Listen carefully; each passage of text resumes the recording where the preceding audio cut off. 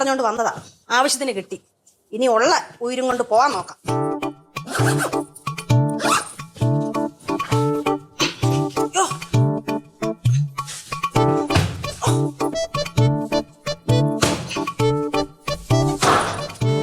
அம்மா, நான் சொல்றத கொஞ்சம் கேளுங்க.